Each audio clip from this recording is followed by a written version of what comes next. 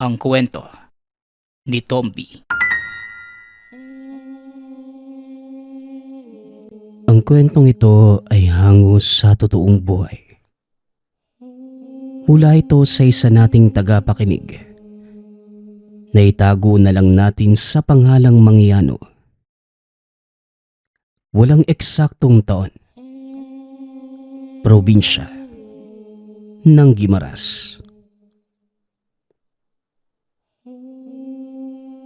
Hating gabi nang maisipang umuwi ni Mangyano.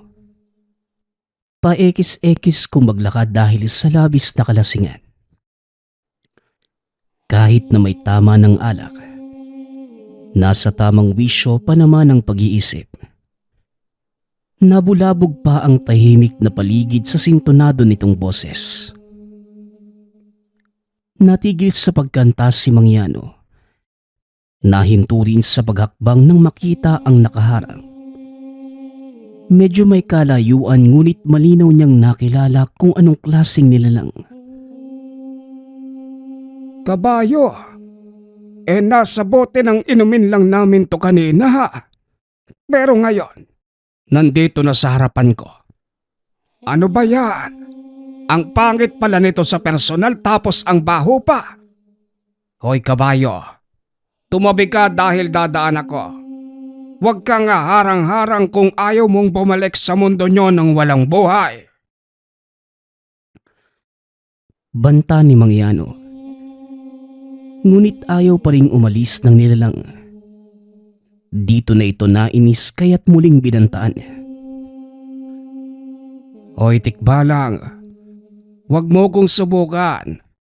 Lahat ng nakalabang kong nilalang, patay. Dalawa na rin sa lahi mo ang umuwing sugatan at kalaunan binawian ng buhay. Gusto mo yatang sumunod eh. Pagbibigyan kita kung gusto mo ano. Muling wika ng matanda. Pilit itinutuwid ang pananalita.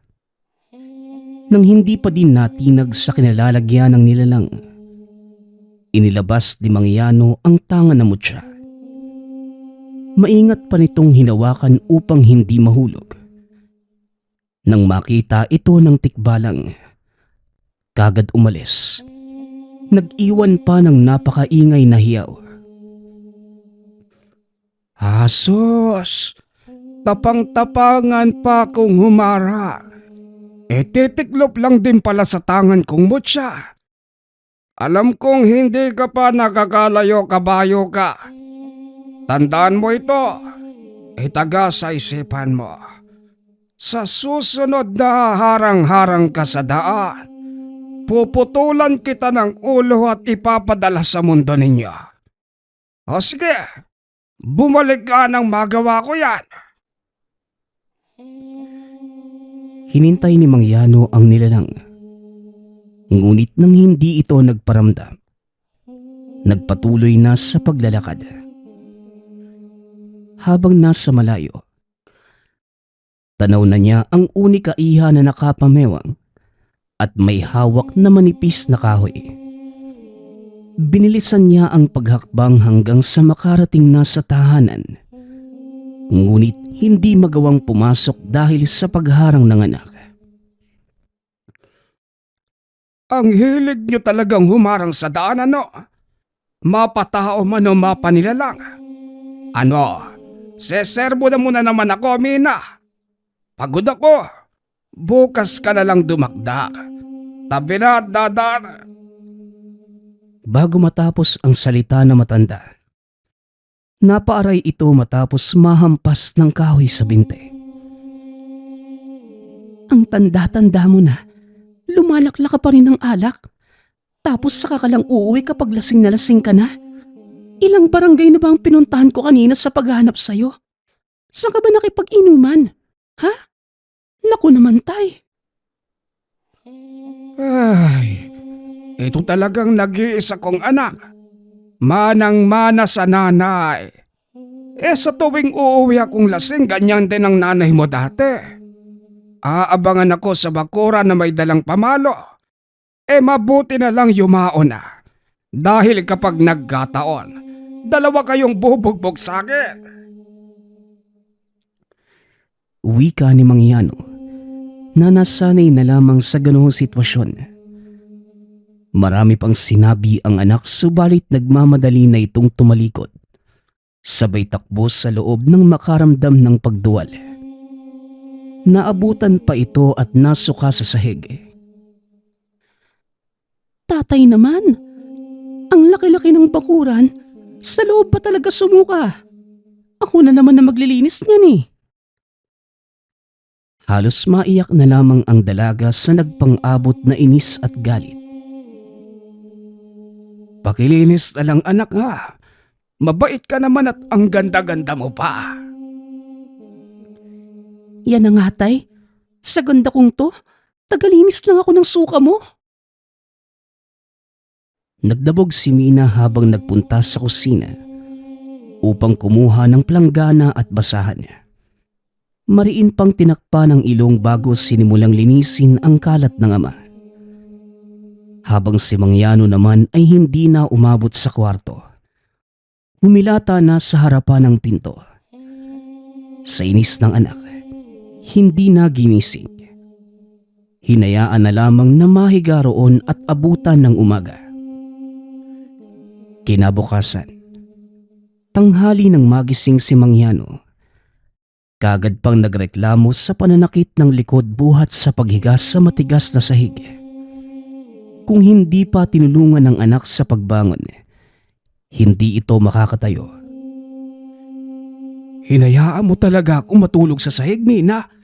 Ito naman, ginising mo sana ako. Ang sakit tuloy ng likod ko. Saka na yung pananakit ng likod nyo. Ito muna ang unahin mo, tay.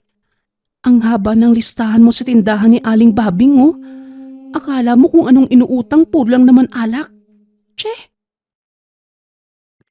Naningil na ba? Ang usapan namin sa katapusan pa ako magbabayad eh. Pangalawang linggo pa lang ng buwan ngayon. Makakahintay pa ba ng katapusan kung lagpas sa listahan na ang utang mo? Naubos na yata yung puhunan ni Aling Babing dahil sa kakautang mo eh. Bayaran mo na lang para may pandagdag sa tindahan ng Ali. Umagang umaga nandito na siya eh. Hinahanap ka. Ito talaga si Babing. Hindi marunong tumupad ng usapan. Ang linaw-linaw ng pagkakasabi ko na sa katapusan ako magbabayad. Tumangutang pa siya noong araw tapos ngayon maniningil. Hayaan mo.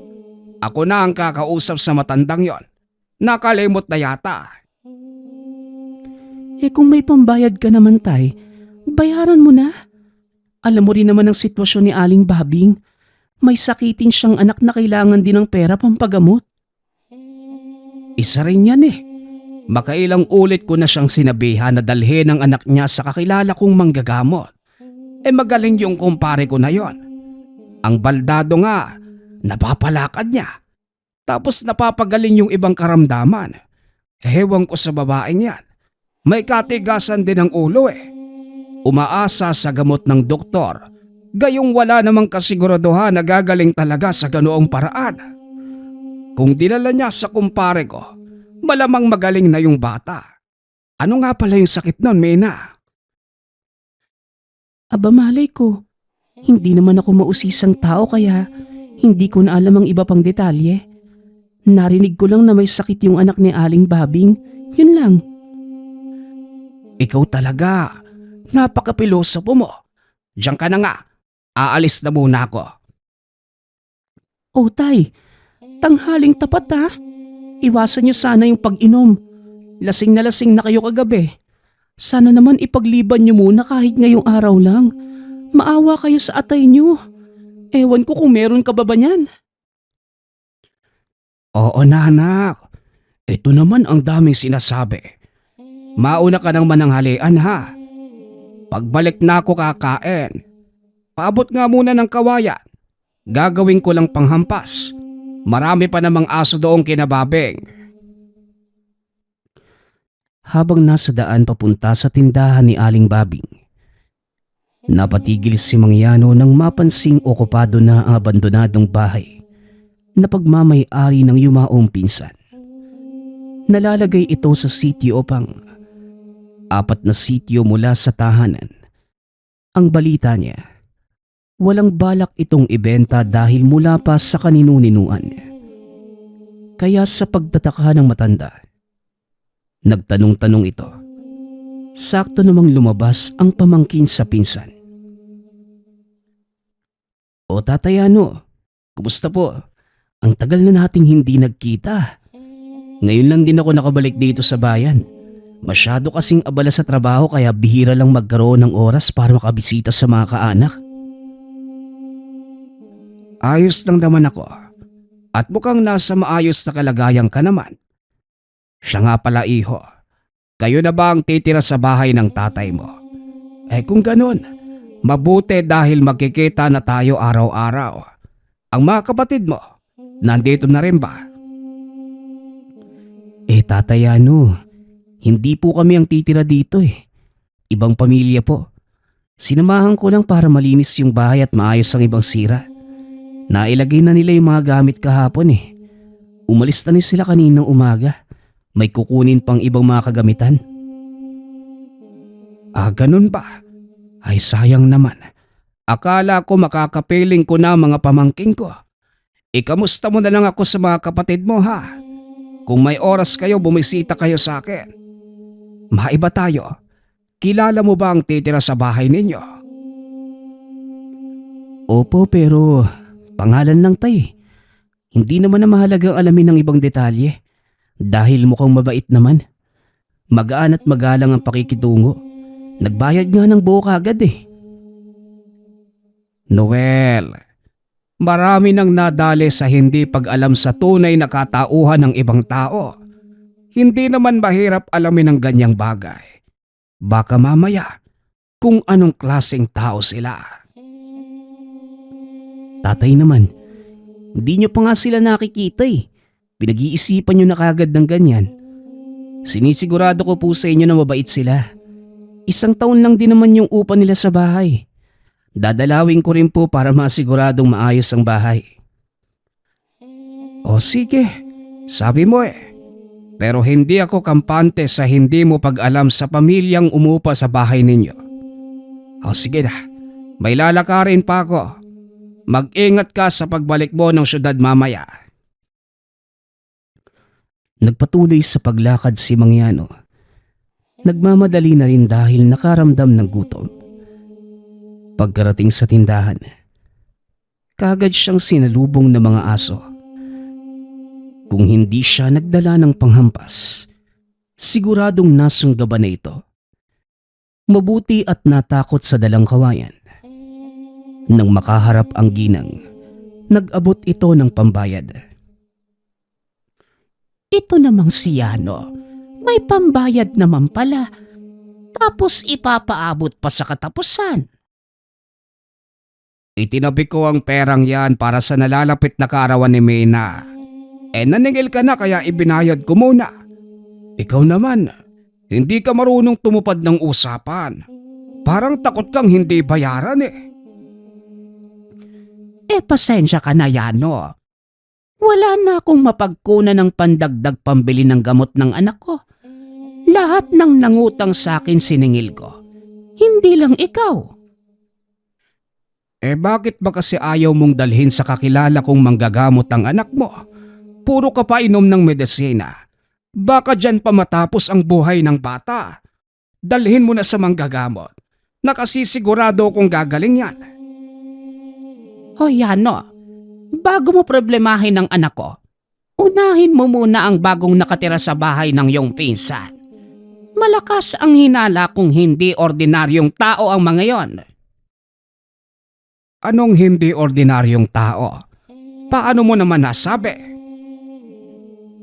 Walang ibang daanan papunta at palabas ng sitio, kundi dito lang sa harapan ng aking tindahan.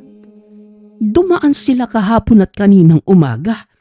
Hindi matigil sa pagtahol yung mga aso ko. Kakaiba yung tahol.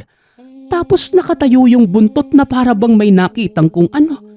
Hindi ba kapag may nagtatahulang aso, lalapit sila pasulong? Pero noong dumaan sila, umatras sa mga alaga ko. Alam mo ang ibig kong sabihin, Yano? Isa kang antingero ha. Nahulog sa malalim na pag-iisip si Mangyano. Napabuntong hininga dahil noong una pa lang, tama na ang hinala na mas lalo lang pinagtibay ng sinabi ni Aling Babing. Nang walang pasabi, tumayo na ito upang balikan ang tahanan ng pinsan. Ngunit pagdating niya ay nakasarado na. Hindi man lamang napansing dumaan ang pamangkin.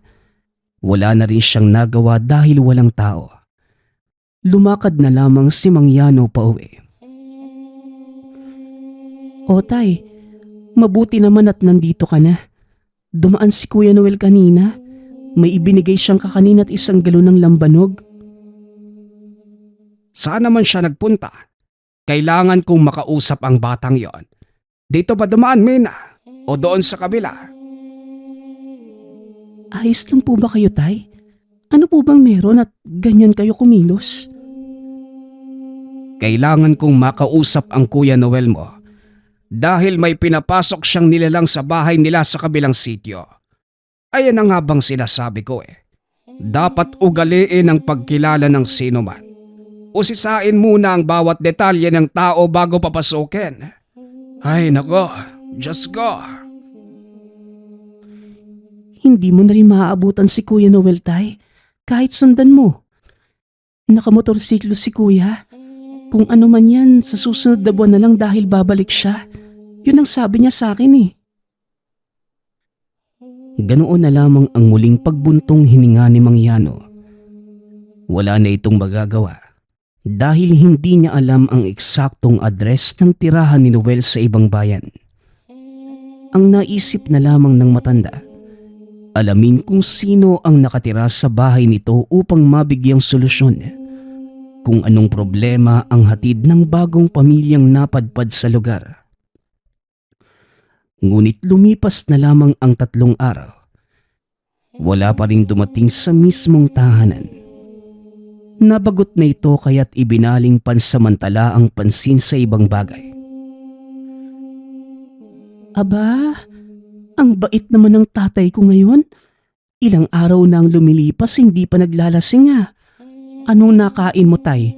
Bigla kang sinipag. Tinapos muna ni Mangyano ang pagpako ng kawayan bilang dingding sa ginawang kulungan. Nakabili ito ng sisiw sa kakilala kaninang umaga. Hindi siya nag-alangan sa pagbili dahil ito ang naisip na ihahain sa karawan ng anak sa susunod na buwan. 2 linggo na rin ang mga ito kaya pwede nang ihawin pagsapit ng itinakdang araw. Nitong nakaraang araw, nagpigil talaga ako pero mamaya magiinuman kami ni Paring Paeng. Kakauwi lang galing ng ibang bansa nung anak niya, kaya magdirewang kami. Ikaw na ang magpakain ng mga sisiw mamayang hapon ha. Bigyan mo na rin ng tubig para hindi mauhaw. Ay nako, maglilinis na naman ako ng suka mo mamaya. Ano ba yan? Pagmamaktol ng dalaga, na narinig naman ng ama sa kabila ng mahinang boses. Pasensya ka na anak ha. Sisikapin kong dito sa bakuran susuka para madali lang linisin. Tay naman, pwede ka namang uminom. Pero wag yung lasing na talaga. Parang wala nang inuman sa susunod na araw eh. Saka tay, hindi pa ba sumasakit yung atay mo? Ibang bahagi ng katawan mo. Ilang dekada ka nang umiinom eh. Nakakabahala na. Ay sus! Ikaw naman kung ano-anong iniisip mo. Sa awa ng may kapal, wala naman akong iniindang karamdaman. Pwera na lang kung mauntog ako. Tatay naman, seryoso nga kasi. Wala pa naman tayong perang panggastos kung sakali. Tapos ang layo pa ng ospital. Eh kung magkaganon man, sa kakilala kong manggagamot mo ko dalhin. Huwag sa ospital ha. Gagastos lang tayo ng malaki. Tapos hindi naman gagaling. Malala pa, matuluyan. Doon tayo sa manggagamot na kahit herbal na halamang gamot lang ang ginagamit. sigurado naman ang pagaling. Wala pang gagastusin. Kaya ba hindi ka nakikinig sa pagsita ko? Dahil malaki yung pag-asa mo sa manggagamot. Tatay, wag namang ganyan. Hindi lang kasi yung kalagayan mo ang iniisip ko. Wala na si nanay. Paano na lang ako kung magkasakit ka? Naku naman anak, walang mangyayari sa akin. At sinisiguro ko sa iyo na magsasama pa tayo sa mahabang panahon. Tigil-tigilan mo na yung pag-iisip ng ganyan dahil hindi yan mangyayari. O siya, lalakad na ako ha, dahil baka naghihintay na si paring Paeng. Baka may tsokolate yon. Mag-uuwi ako para sa'yo. Aalis na ako ha, mag-ingat ka rito sa bahay. Ang mga sisi huwag mong kalimutan. Hindi na nagsalita pa ang anak. Hinatid na lamang ng tingin ang papalayong ama. Pagkarating naman ni Mang Yano sa bahay ng kaibigan na si Mang Paeng, kaagad nagsimula ang inuman. Sa ngayon, wala itong ginastos dahil sagot ng kumpare ang inumin at pulutan. Dahil kakauwi lang ng anak galing sa ibang bansa. Nag-inuman hanggang sa tinamaan ng alak. Sa paglipas ng ilang oras, sa pagsapit ng gabi, hindi na sila halos makatayo sa sobrang pagkalasing. Pinilit ng anak ni Mang Paeng na sa kanila na matulog si Mang Yano. Ngunit ayaw nito at gustong umuwi. Uy, Mang Yano, dumito ka na lang po sa bahay. Delikado kung uuwi pa kayo. 10 oras na ng gabi. Baka may makasalubong pa kayo na kung ano sa daan. Lasing pa naman po kayo. Huwag mo kong alalahanin, bata. Lasing ako pero kaya kong makipagbakbakan kung kinakailangan. Mas gusto ko nga makipaglabang kapag lasing eh. Lumakad na ito. Kahit nanlalabo na ang paningin, nakuha pa ring baybayin ng daan. Kagaya ng nakasanayang gawin kapag tinatamaan ng alak. Umarangkada na naman ang pagiging mga awit na kahit wala sa tono ay todo ang pagbirit ng paboritong kanta. Sa lakas ng boses, nabulabog ang mga elemento sa tabi-tabi. At katulad ng sinabi ni Lino, meron nga itong nakasalubong sa daan. Isang aswang ang sumusunod sa kanya. Kagad naman itong naramdaman ni Mang Yano. Ngunit hindi kagad pinansin dahil abala sa pagkanta. Hanggang sa kinapa ng matanda ang dibdib upang ipakita sa aswang ang tanga na mutya. Kita mo, ito lang naman ang batong papatay sa'yo. Siguro, naglakas loob kang humarang-harang sa'kin dahil lasing ako. Hoy aswang, nasa kondisyon ako kapag tinatamaan ng alak. Halika nang masampulan kita. Kahit pasuray-suray, nagawang lumapit ni Mang Yano sa kinatatayuan ng aswang. Ang nilalang naman ay hindi kumilos. Iniisip na hindi siya kakayanin dahil lasing ang antingero. Ngunit dito ito nagkamali. Nang sandaling lumapit ang matanda ay kagad nagpakawala ng suntok. Tinamaan sa muka ang aswang na bahagya pang napaatras. Nakadampot ng bato si Mang Yano at ito ang ginawang panghampas. Paulit-ulit hanggang sa nagdurugo na ang ulo ng nilalang. Lumaban pa ito. Kinalmot siya ng kinalmot ngunit hindi natinag dahil sa tangan. Hindi na rin nakapagpigil kaya tinuluyan na. Nang humandusay na ang katawan ng aswang, hinila niya ito palayo para mailigpit. Sakto namang may dala siyang posporo. Nanguha na lamang ng mga tuyong dahon. Itinambak sa bangkay at saka sinindihan. habang pinapanood ang pagkasunog ng katawan. Nang maupos at maging abo na, nabalik naman ito sa wisyo.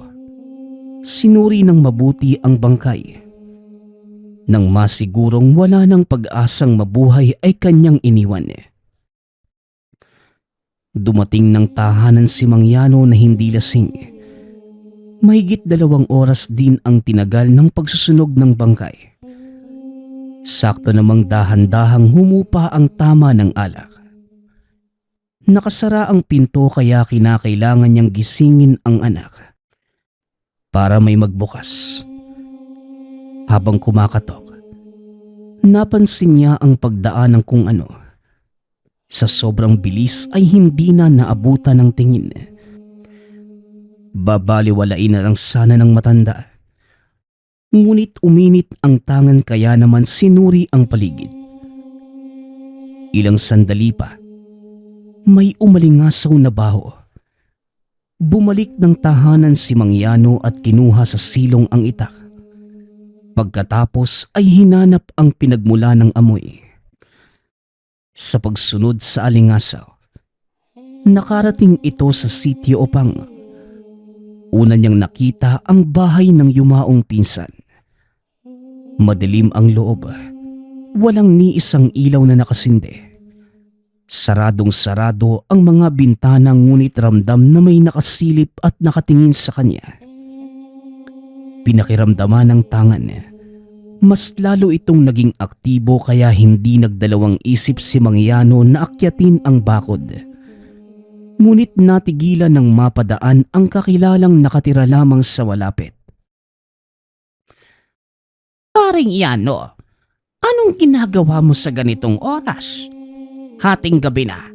Papasok ka pa sa bahay na yan.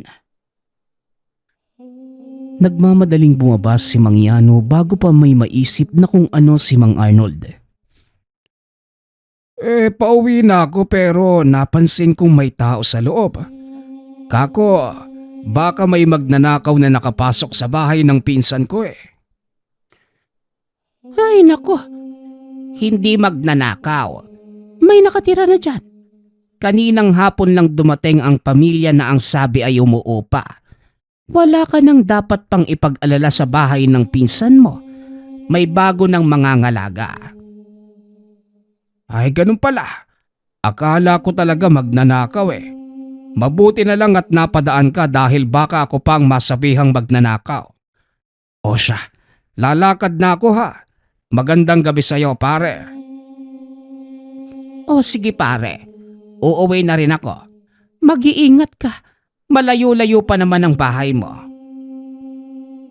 Gusto pa sanang alamin ni Mangyano ang nangyayari sa loob ng bahay na yon. Ngunit dahil nakita siya ng kakilala, minabuting wag na muna. Nag-iingat din na hindi pag-isipan ng masama.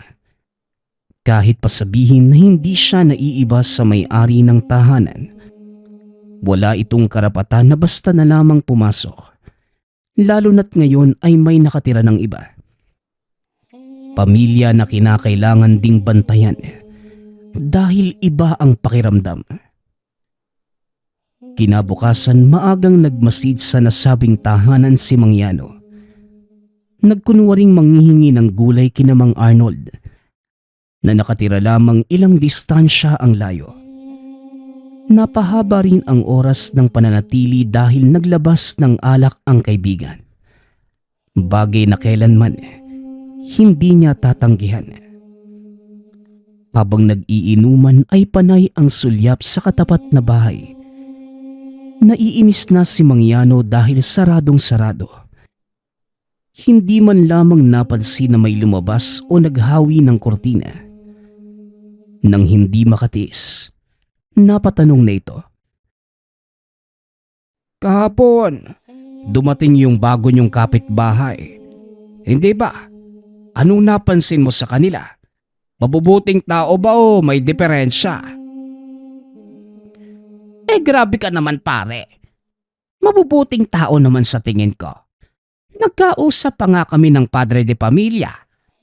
Kaso, may pagkamailap. Hindi ako kayang tignan sa mga mata. Mahiyain lang yata.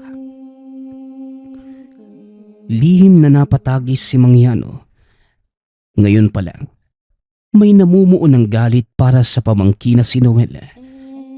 Naging pabaya ito at basta na lamang tumanggap ng manguupa. Nabigyan kagad ng bayad kaya marahil nakalimutan na ang ibang bagay dahil sa natanggap na halaga. Kilala niya si Noel. Pakitaan lamang din yon ng kaunting kabutihan ay bibigay na. Isa sa walang bahala na ang mahahalagang bagay at iisipin na mabuting tao ang kaharap. Yun lang ba ang napansin mo? Baka meron pa. Sabihin mo nga sa akin. Bakit ba tanong ka ng tanong? Hindi ba kayo nagkita ng pamangkin mong si Noel? Nandito yun noong nakaraang araw at napansin ko rin kahapon. Hindi sumadya sa inyo. Hindi man lang pinaalam na may ibang titira sa bahay na yan. Sinabi naman. Pero marami pa akong tanong eh. Saglit lang din kami nagkausap dahil parehong nagmamadali. Gusto ko lang siguraduhin na mabubuting tao ang bagong kapitbahay natin. Mas mainam nang malaman para kung masasamang tao, makapaghanda tayo kung sakali. Masyado ka namang mahigpit pare. Pero tama nga naman. Dapat alamin ang buong pagkatao para hindi magkaproblema. Balita ko pa naman galing sa malayong lugar yung pamilyang yan. Ewan ko kung saan. Saka pare, bunso yata nila yung nakita ko kahapon. Umiikot kasi ako sa likod para matignan ang ipinapastol kong kambing. Nakadungaw sa bintana yung bata. Titig na titig sa alaga ko. Yung titig na parang may binabalak. Ewan ko kung sa isip ko lang yun ha. Sa tingin mo, ilan ba silang magkakapamilya? 5 yata. Yung nanay, yung tatay, tapos may 3 anak, 2 babae at 1 lalaki. Bahay mo lang ang malapit dito pare. Huwag ka sanang patulog-tulog sa gabi ha. Makiramdam ka sa paligid. Hindi natin alam kung anong mangyayari. Lalo na't may kapitbahay kayo na hindi pa sigurado kung ano nga ba ang pakay sa lugar na ito. Hoy pare, huwag ka namang manakot ng ganyan. Alam mong mag-isa lang ako dahil umuwi sa probinsyang kinalakhan ng asawa at anak ko. Kaya nga binabalaan kita ngayon. Mas mabuti na rin ikaw lang mag-isa rito para kung sakali wala nang ibang madamay. Ay si pare naman, tinakot mo na ako, mas tinatakot mo pa. Ang kambing mo, wag mo nang ipastol sa likod ng bahay na yan. Baka madali pa. Palagi kang magdala ng itak o kung anong patalim para magdalawang isip silang lumapit sa'yo dahil may panlabang ka. Uuwi muna ako ng bahay para matignan si Mina. Babalik ako mamayang hapon ha. Tandaan mo ang sinabi ko. Mauna na ako pare. Iniwanan ni Mangyano si Mang Arnold na hindi mapalagay. Buhat sa mga sinabi. Natakot ito. Nagmamadaling nagsara at nanatili sa loob ng tahanan. Inabala muna ng matandang antingero ang atensyon sa gawaing bahay habang naghihintay ng pagsapit ng gabi. Balak niyang bantayan ang galaw ng bagong napadpad na pamilya sa lugar. Masama ang kutob niya sa mga ito at malaking banta para sa buhay ng lahat. O tatay, magiinom ka na naman. Kaninang umaga nakainom ka na. Tapos ngayon din? Saka lang ba kayo titigil kapag umaaray na sa pananakit niyang atay niyo? O iba pang bahagi ng katawan? Tatay naman, sinikap kong alagaan kayo tapos ikaw itong pabaya.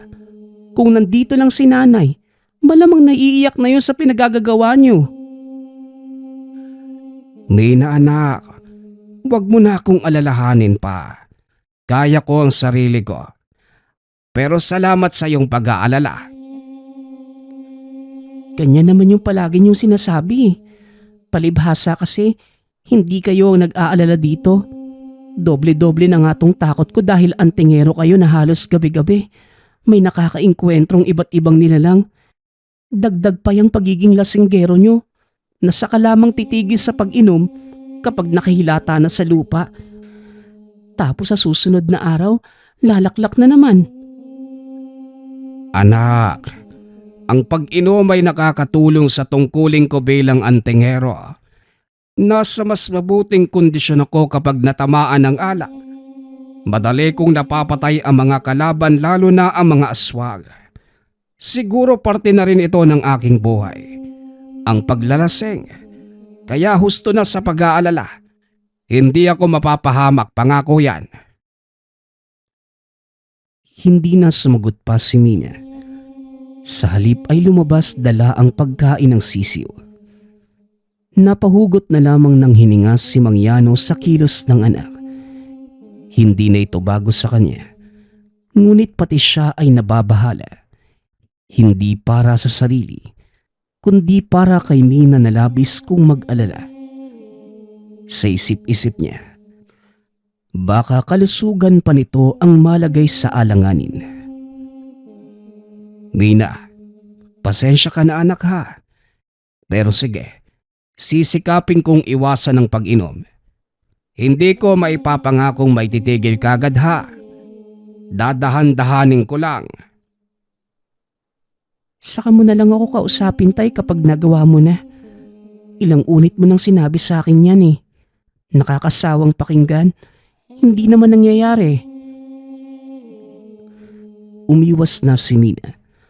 Pumasok ng tahanan at nagsara ng pinto. Damang-dama nito ang hinanakit ng anak. Ngunit sa ngayon, nangingibabaw ang tungkulin bilang antingero. Lumakad na ito bago pa magbago ang isip. Dumating ito sa bahay ni Mang Arnold. Kagad namang pinagbuksan ng pinto ang kaibigan. Pasado 7:00 ng gabi, ngunit ganun pa rin ang sitwasyon.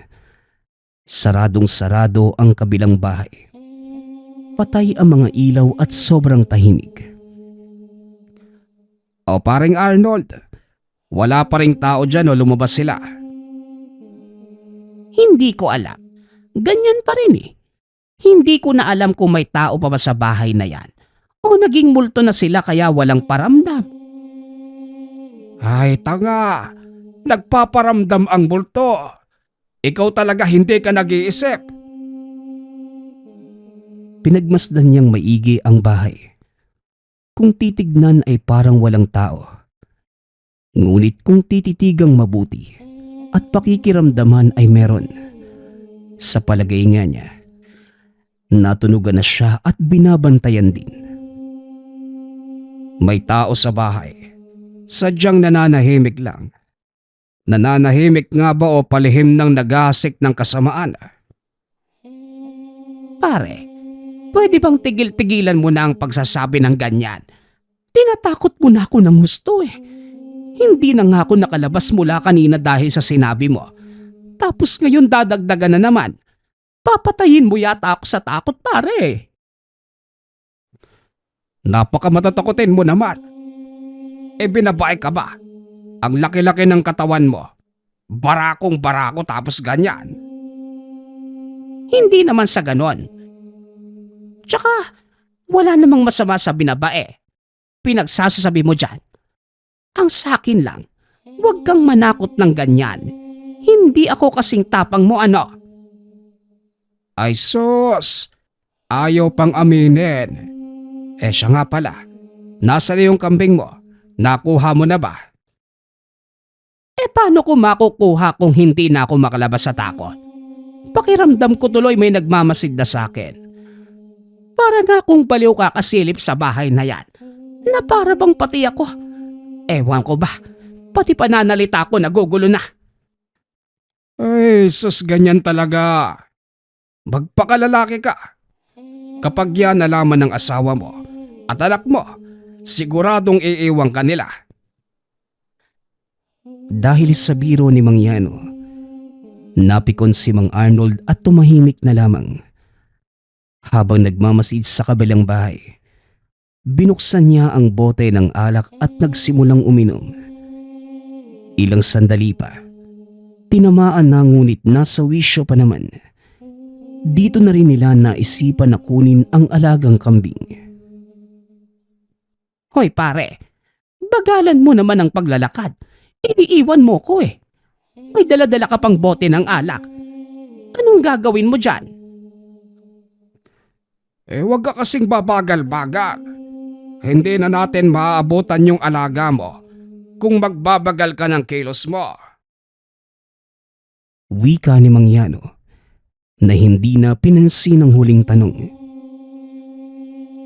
Hoy pare, hindi nga ako binabae. Kaya magtigil ka dyan.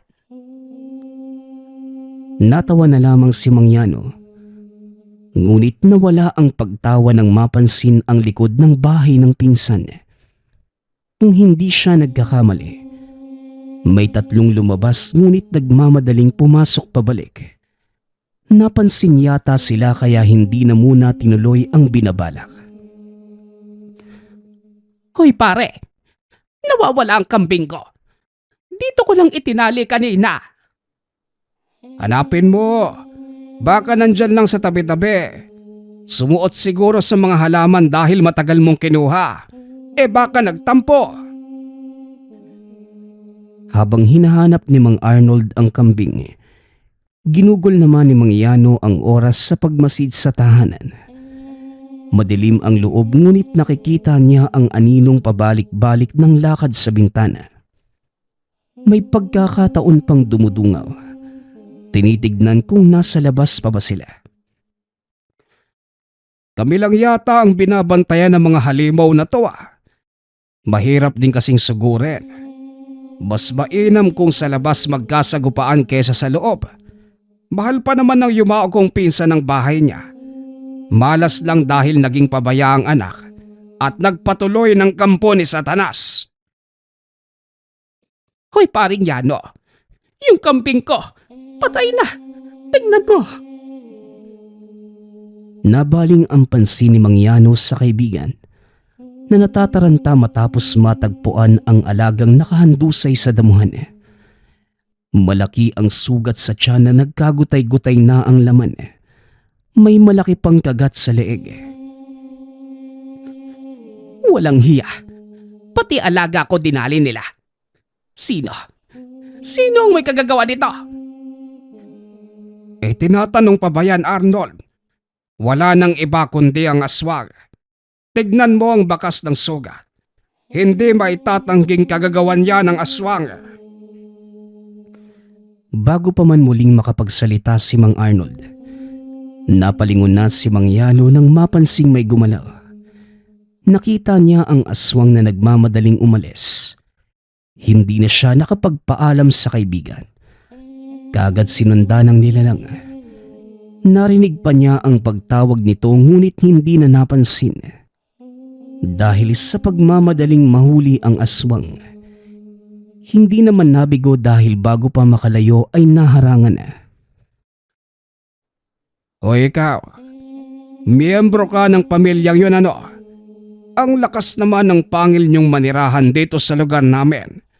Inaakala niyo siguro na madadali niyo kami ano? Hoy, ipapaalam ko lang na may antingero dito. Wika ni Mang Yano, sabay tungga ng alak. Pagkatapos ay maayos na nilagay sa tabi sa kahinarapang aswang. Nagtangka itong tumakas ngunit nahuli niya kagad. Nang mahawakan, hindi na pinakawalan. Binunot na rin ang itak saka walang awang pinagsasaksak ang nilalang. Sumisigaw ito. Sinubukan pang manlaban ngunit walang naging pantapat sa tanga na mutya. Makalipas lamang ang 1 minuto, nalagutan na ng hininga. Pagkabagsak ay muling tumungga ng alak si Mang Yano. Dumating naman si Mang Arnold na nanlalamig na sa takot. Ano ba yan pare? Kung makaalis parang walang kasama. Nakalimutan mo bang nandito ako? Aswang! Diyos ko! Aswang nga! Sigaw ni Mang Arnold nang makita ang nakahandusay na bangkay ng nilalang. Oo, aswang. Ano pa ba sa tingin mo ang isang yan? Sakang pangit mong sumigaw. Para kang kinakatay na baboy. Hoy pare, tigil-tigilan mo ko sa kakaganyan mo ha. Hindi na nakakatuwa. Saka ano nang gagawin mo sa katawan ng isang to? Kapag ito nakita ng mga tao, sigurado kong magkakagulo at matatakot sila. Maghintay ka lang. Uubusin ko muna itong alak bago ko iligpit ang katawan. Mabuti naman at nasa kondisyon ka pang humarap ng aswang sa sitwasyon mong yan. Kapag ito nalaman ng anak mo, siguradong magagalit na naman yon. Akin na nga yung bote. Iligpit mo na tong katawan. Napakabaho na. Pinagtulungan nila ang gawain. Nagmamadaling nanguha ng tuyong dahon para masimulan na ang pagsunog sa katawan. Naging alerto din sila sa paligid upang mabantayan kagad kapag may darating. Hindi sigurado si Mangyano kung parte ng pamilyang yon ang napuksang aswang. Dahil hindi niya kilala o nakita ang bawat miyembro. Si Mang Arnold naman na kanyang tinatanong. Puro hindi alam ang sagot.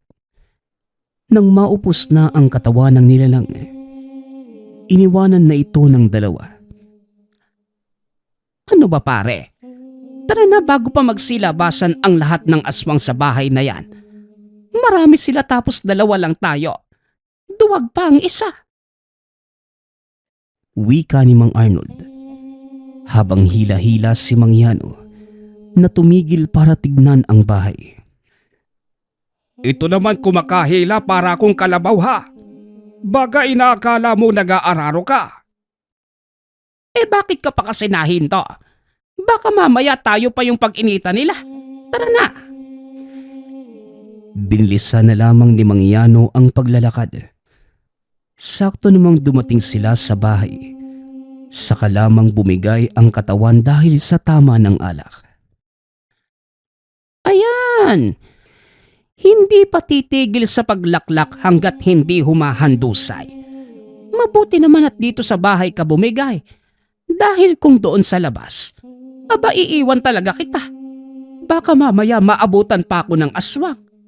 Diyos ko, kinikilabutan ako. Hindi na pinansin ni Mangyano ang kaibigan. Salita ito ng salita ngunit hindi na pinakinggan. Dahil bumibigat na ang katawan buhat ng kalasingan. Ipinagpahinga niya ang sarili para makabawi ng lakas. 2 oras ang lumipas. Nagising si Mangyano. 1:00 na ng madaling araw. Tulog na din si Mang Arnold. Sinilip niya ang labas. Ganon pa rin ang sitwasyon ng bahay. Madilim, walang kailaw-ilaw. Tinignan niya ang tangan. Aktibo pa rin ito. Hindi matatahimik dahil nasa tapat na bahay lamang ang mga aswang na tinutukoy. Gustong-gusto na niyang lumabas na mga sandaling yun para mapagmasdan sa malapitan ngunit nagpipigil din upang hindi masyadong mahalata. Ayaw niyang mabuking kagad habang hindi pa harapang nakikita ang nakatira sa bahay. Sa malayo muna ito nagbantay. Subalit sumapit na lamang ang kinabukasan.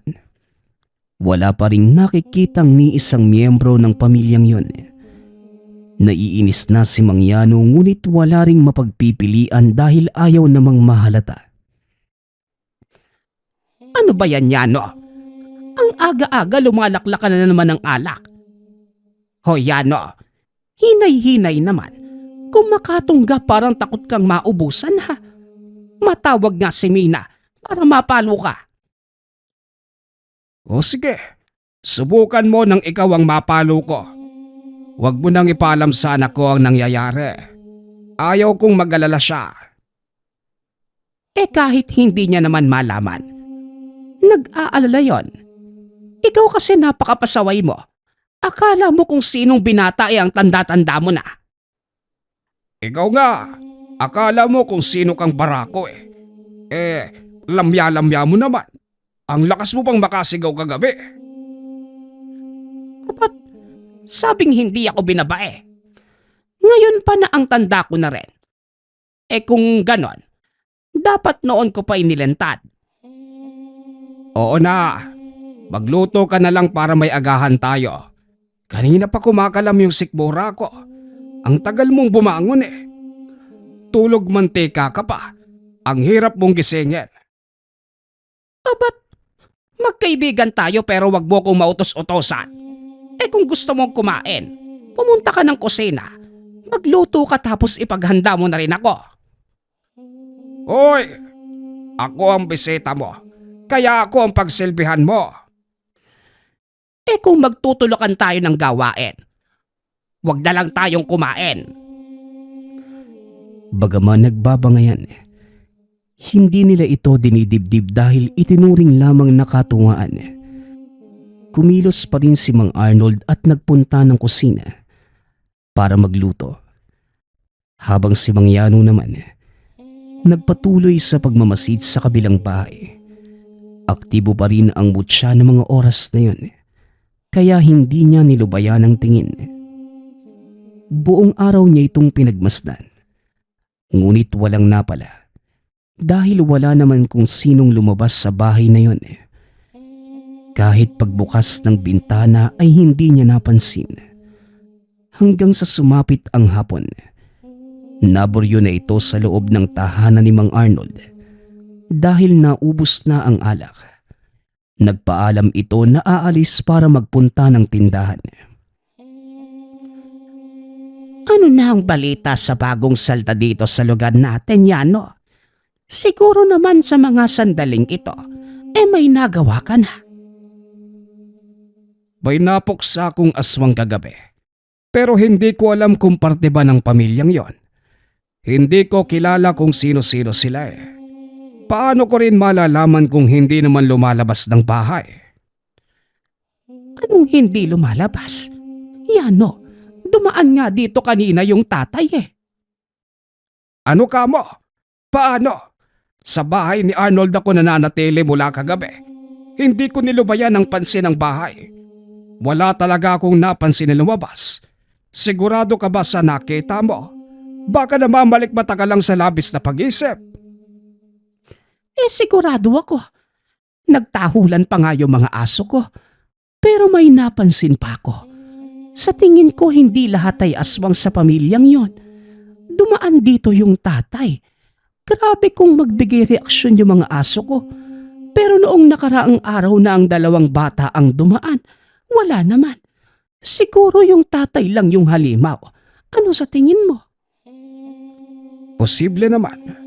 Pero dapat muna nating malaman kung ano ang totoo. Nahulog sa malalim na pag-iisip si Mang Yano. Kamuntikan pang mabunggo sa daan dahil okupado ang isipan. Nang mapadaan sa bahay, tinignan niya ang mutya. Nagtataka dahil hindi ito aktibo. Nagulat din siya nang may biglang tumawag sa kanya. Ang babae na parte ng pamilyang aswang. Manong, totoo po bang antingero kayo? Tulungan niyo naman po kami ng mama ko. Hindi na po namin kayang makisama sa amain naming aswang. Nakikiusap po ko, Manong.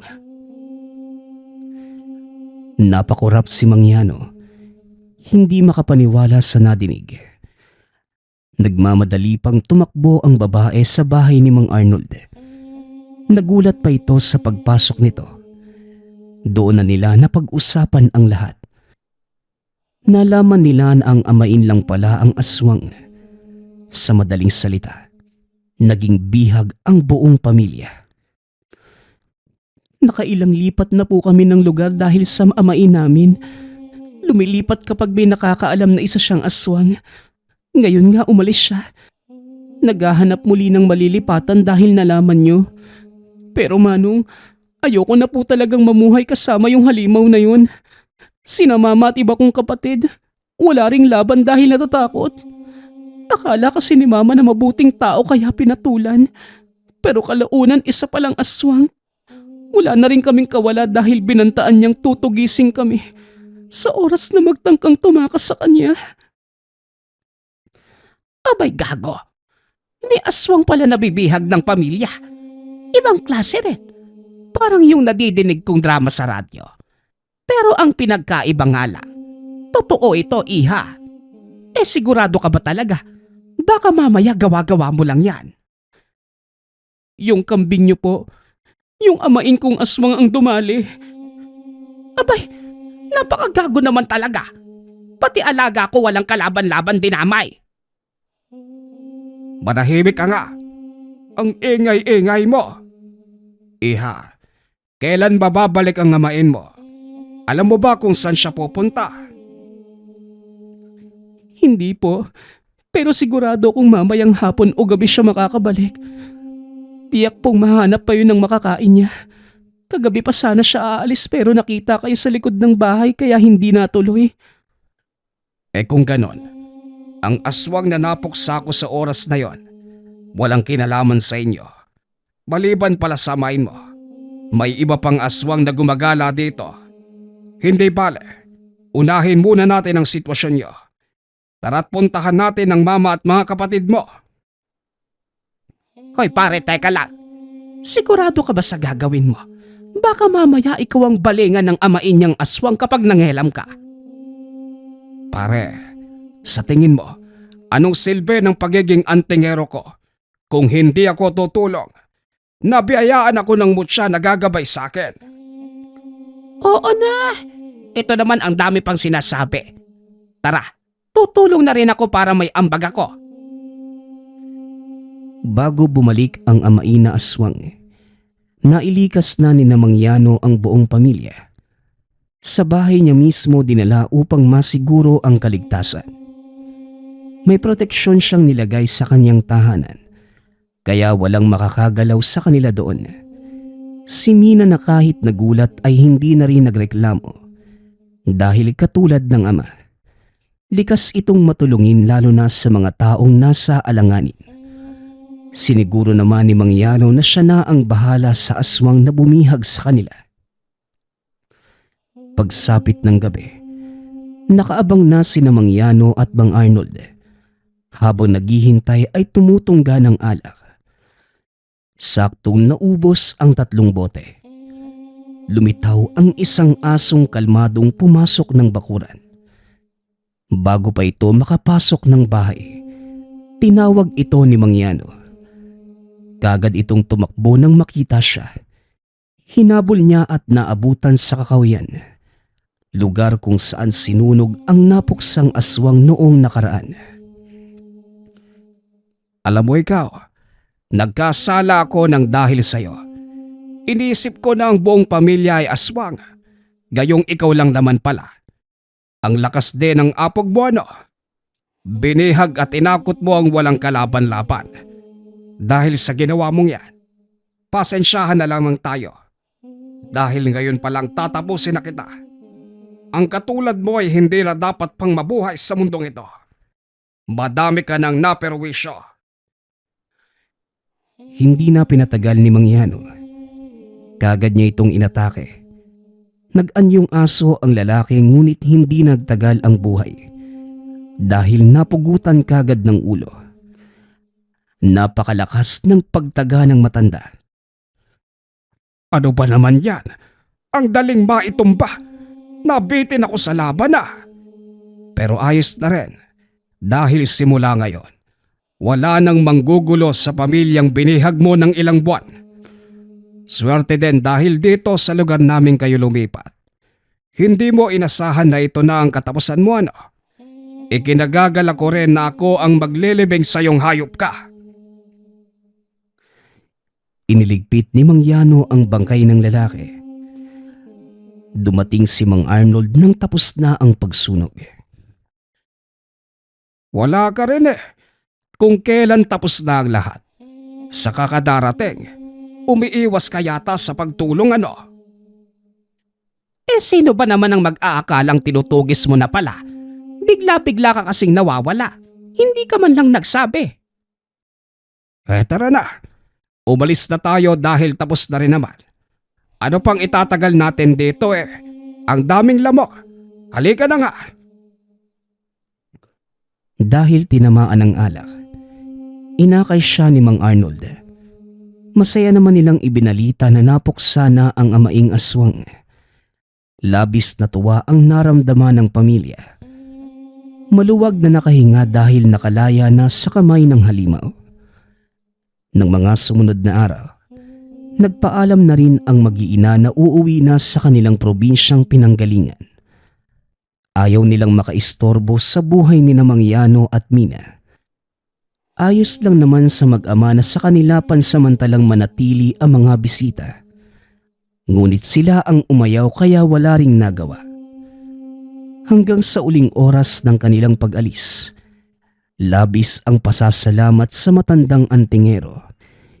Hinatid na rin sila ni Mina papunta ng sakayan. Nang makaalis na sa kanilang poderang mag-ina, nagpatuloy na rin si Mang Yano sa tungkulin. Muli na namang naperwisyo ang anak dahil sa bawat panunugis na ginagawa ay naglalasing. Naging katatawanan pa ng mga kapitbahay dahil minsan na silang naghabulan. Si Mang Yano na lasing habang si Mina naman ay may dalang kawayan na pamalo. Ngunit sa kabila ng pagiging lasenggo, nagagampanan pa rin ang pagiging antingero nito. Mas napapadali ang kanyang pagpuksa kapag lasing kumpara sa hindi. Mas lalong lumalabas ang angking tapang kapag tinamaan na ng alak. Yun nga lang, sa tuwing umuuwi ng tahanan, ay may sermon na sumasalubong.